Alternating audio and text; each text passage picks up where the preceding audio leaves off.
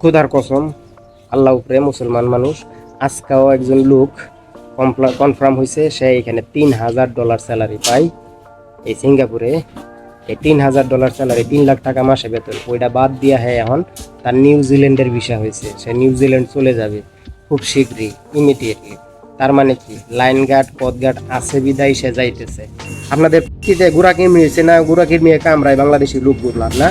এর লেগে কোনো দেশের লোকই বাংলাদেশি লোক দেখতে পারে না, কোথাও না। বাংলাদেশে বইয়ে থেকে ভাই কমনে যাওয়া যাবে, আমার একটু লাইনটা দেখাচ্ছেন। কখনো হ্যাঁ সিঙ্গাপুরে আইসে না, হ্যাঁ বাংলাদেশে বইয়ে থেকে হ্যাঁ লাইন গার্ড দেখাইতাম, হ্যাঁ সিঙ্গাপুর আইবো, আয়া হেরা পরে হ্যাঁ লাইন গার্ড দৌড়বো যাইবো না। কত সহজ দুনিয়াটা, খুব কঠিন। যাই হোক, সিঙ্গাপুরে আসার মতো লোক আমহেরা না, কারণ সিঙ্গাপুর খুবই ভদ্র দেশ। এইখানে আইসা অভদ্র ছেলেটা অভদ্রতা শিখে। এই জন্য ওই বাংলাদেশিদের কোনো উপকার করবার চাই না, কোনো ভালা করবার চাই না।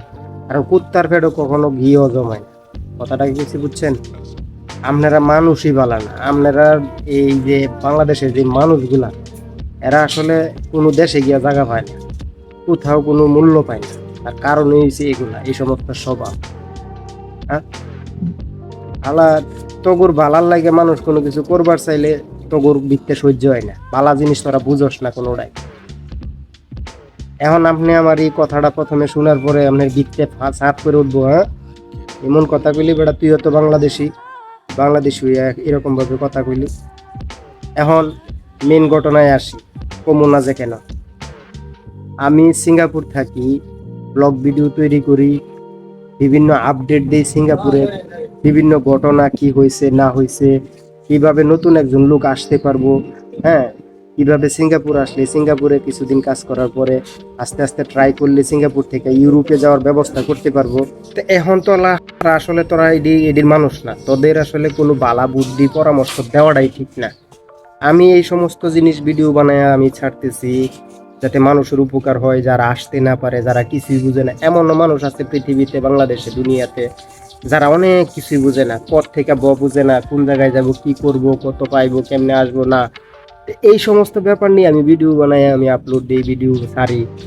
এখন আমার বিভিন্ন ধরনের গালাগালি করতেছে, তুই কি এট ফার্স্ট ওটা তুই জানোস না, কয়দিন ধরে থাওয়া সিঙ্গাপুর, তুই আর এই মন কি বক্কর চক করবি, কই ইউরোপে কেমনে যাইবো, তুই যাস না কেল লেগা। আরে ভাই, আমার হাজার হাজার টাকা রেন, আমি রেন শেষ না করে আমি হ্যাঁ যাবো কিভাবে, আমি টাকা পাবো কই? তাইলে এই জিনিসগুলো আসলে এই যে কইতে আসছি, হ্যাঁ, তাহলে আপনাদের কি উপকার হয় না? মানুষের উপকার করতে গিয়া যদি নিজের গালি শোনা লাগে আরেকজনে, তাহলে এমন উপকার করার চাইতে তোমাদের মতো কুত্তার উপকার করার চাইতে ভালা এই প্রকৃত কুত্তার উপকার করে। কি কইছি বুঝছেন? আর নাইতে এই যে চেষ্টা করলাম এত সুন্দর করে দেই, আপনার গুড়াকির মেয়েছে না, গুড়াকির মেয়ে কামরায় বাংলাদেশি লোক বুঝলাম না। এর লেগে কোনো দেশের লোকই বাংলাদেশি লোক দেখতে পারে না, কোথাও না। তো যাই হোক, সমস্যা নাই, মনটাই কষ্ট পাইছি। এরপরে আর মনে করেন যে আর দিমু না, ঠিক আছে? সিঙ্গাপুরের এই ভিডিওগুলো আর দিমু না, যে আপনারা যে সিঙ্গাপুরের ব্যাপার নিয়ে কিভাবে আসবেন, কত খরচ, বা এখন কি অবস্থা, কি পরিস্থিতি, এই সমস্ত কোনো আপডেটই দিমু না। আমি বিভিন্ন ব্লগ ভিডিও তৈরি করবো, কোন জায়গায় যাইতেছি, সুন্দর জিনিস আছে এটা দেখামু, বিভিন্ন ধরনের এই যে পার্কে পুরকে যাই ওগুলা দেখামু, গার্লফ্রেন্ড আছে এটা দেখামু। আপনারা ইতা নিয়ে লায়ক, সারা জীবন ইতা দেখা শিখা আপনারা জিন্দিগিটারই ধ্বংস করে দিবেন। মোবাইলে দেখা দেখা এটা কার লগে প্রেম করলো, কোন হানে কি ঘটনা ঘটলো, এটাই দেখবেন। তো এই যে বালা জিনিস এগুলা আপনাদের পেটে সহ্য হইতো না, আপনারা এগুলা নিতে পারবেন না, কারণ আপনারা এইগুলোর যোগ্য না, এই বাংলাদেশিরা, বুঝছেন? তাহলে এখন সবাই কইতে পারেন যে সবাই তো আর এরকম না ভাই। ভাই, তাদেরকে বলি নাই যারা এরকম, তাদেরকেই বলতেছি। কারণ তারা যখন আইসা এখানে কমেন্ট করব ভিডিওতে, একটা লোকে একটা খারাপ যখন কমেন্ট করে, তখন তো আরেকজন লোক দেখে, তখন হে বেটার ভিতরে কিভাবে আইরি, হয়তো বা হ্যাঁ এরকমই, আর নাইলে হ্যাঁ এরকম কমেন্ট করলো কি লেগে। এই লোকে মনে হয় এরকম 2 নাম্বারই ভিডিও বানাই, ফাইজলামি ভিডিও বানাই, এর লেগে এরকম কমেন্ট করে।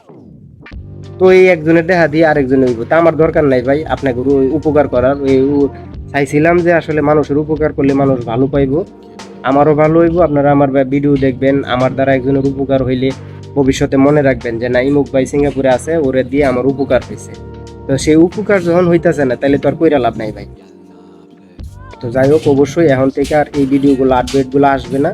আপনারা কিভাবে কি করবেন না করবেন, আপনাদের এই সমস্ত আপডেট আমি না দিই আরেকজনে তো দিব, সেগুলো তো দেখবেন। তো এখন তাদেরকেও অনেকে এরকমভাবে গালিগালাজ মাঝে মধ্যে করবেন।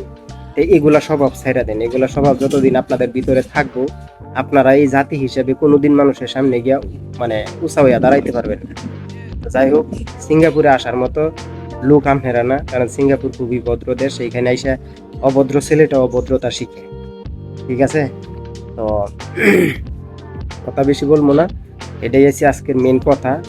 যে আমি একটা সাইডে আইছিলাম কাজ করার জন্যে, তো ওই সাইডেই কাজ করতেছি। তো হঠাৎ করে এখন লাঞ্চের সময়, তাই ভাবলাম যে আসলে এই সময়টাই ভিডিওটা করি, যে আমার যে সাবস্ক্রাইবারগুলো আছে, বন্ধুগুলো আছে, তারা তো আমার অপেক্ষায় থাকে যে ভাই একটা আপডেট দিব, একটা ভিডিও দিব।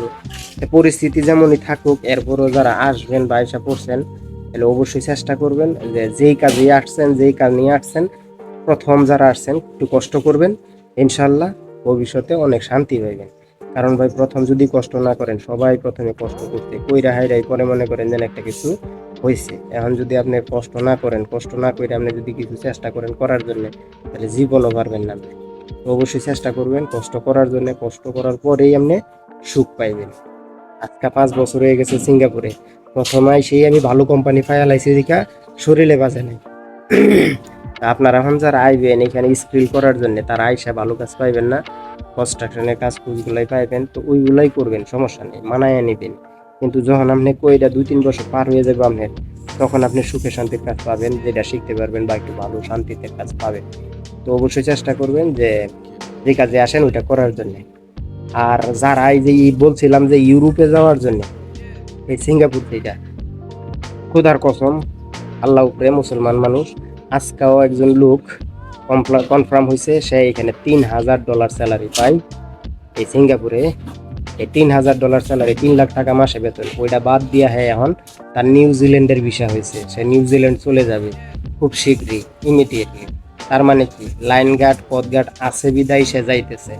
তো আপনারাও অবশ্যই পাইবেন, আছে নাইগা যে তা না, কিন্তু আইসাইরা হুট কইরা আপনি বাংলাদেশে বইয়ে থেকে কমেন্ট করবেন ভিডিওতে, মিয়া 8 পাস কথাই কইতারো না মোবাইল আয়া, তুমি মিয়া কও ইয়া ইউরোপ যাইবো বেড়া, এই সেই বিভিন্ন ধরনের কথাবার্তা।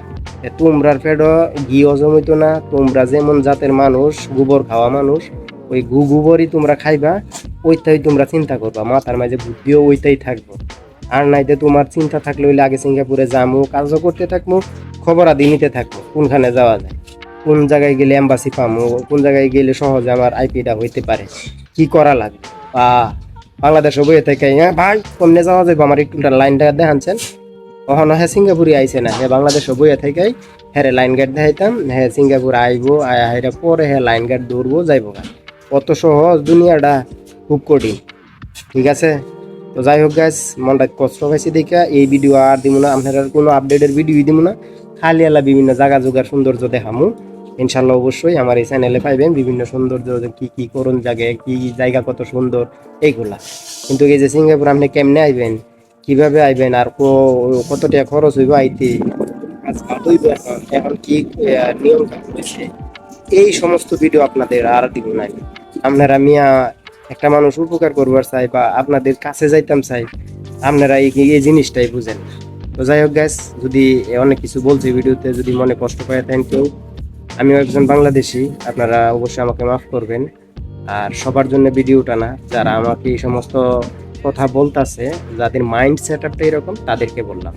তো সবাই ভালো থাকবেন, সুস্থ থাকবেন, দেখা হচ্ছে পরবর্তী একটা ব্লগ ভিডিওতে। আল্লাহ হাফেজ।